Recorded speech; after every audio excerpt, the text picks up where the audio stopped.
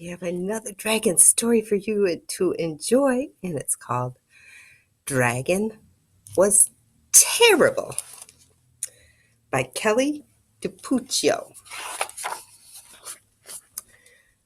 Dragon was terrible. Naturally, dragons have a bit of terrible in them because they're dragons after all. But this dragon here, super terrible. He stomped on flowers. He played tricks on the guards. And he spit in cupcakes. Who does that? Dragon, that's who. That's not all. He scribbled in books. He threw sand. And he took candy from baby unicorns. Honestly, that's terrible. The king had had enough. Enough, he said. And he posted this sign. Brave knights, whoever shall tame the terrible dragon shall be rewarded with a gift. It shall be a nice gift, and ye shall like it. His Royal Majesty, the King. And dragon's already painted on it. Dragon was here. He's terrible. Knights lined up to show off their dragon taming skills, and they all failed miserably. And dragon just grew more terrible. He chased fuzzy yellow ducklings around the moat. He teepeed the castle, and he burned every last royal marshmallow to a blackened crisp. The villagers had had enough. Enough, they said. And they posted this sign. Brave people, whoever shall tame the terrible dragon shall be rewarded with a gift. It shall be from the king, and it shall be a nice gift, we hope. And ye shall like it, perhaps. His Royal Majesty, the King, and his people.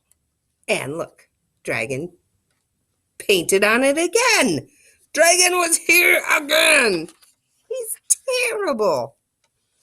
Ordinary blokes and lassies lined up to try their hand at taming the dragon. They all failed. Embarrassingly so. And just when you thought it wasn't possible, dragon grew even more terrible. He popped birthday balloons. He drew funny faces on drawbridges. And he burped in church loudly. Honestly, that's terrible and rude. A boy wearing a feather cap and a look of determination had had enough. Only he didn't say enough like you thought he would. Instead, he sketched a story. The next day, Dragon followed a trail of marshmallows to a shady tree where there was a boy reading.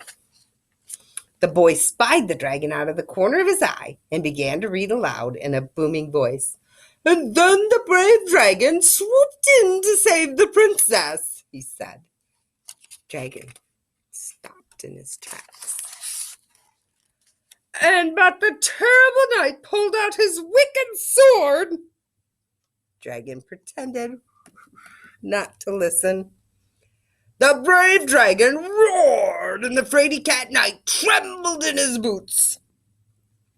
Dragon pretended to walk away. A crowd began to gather, and Dragon took cover in the tree. The boy continued to read, page after page after page, until snap, crash! Dragon landed on the ground with a terrible thud. The crowd gasped. The dragon roared. The clever boy didn't flinch. He reached out a hand to the dragon and said, "Would you like to hear how my story ends?" And just when you thought it wasn't possible, Dragon smiled. And he took a seat beneath the tree with the other children. Honestly, that's adorable. The king cheered, the villagers cheered, the baby unicorn and fuzzy ducklings cheered the loudest of all. At long last, the terrible dragon had been tamed. The end. What?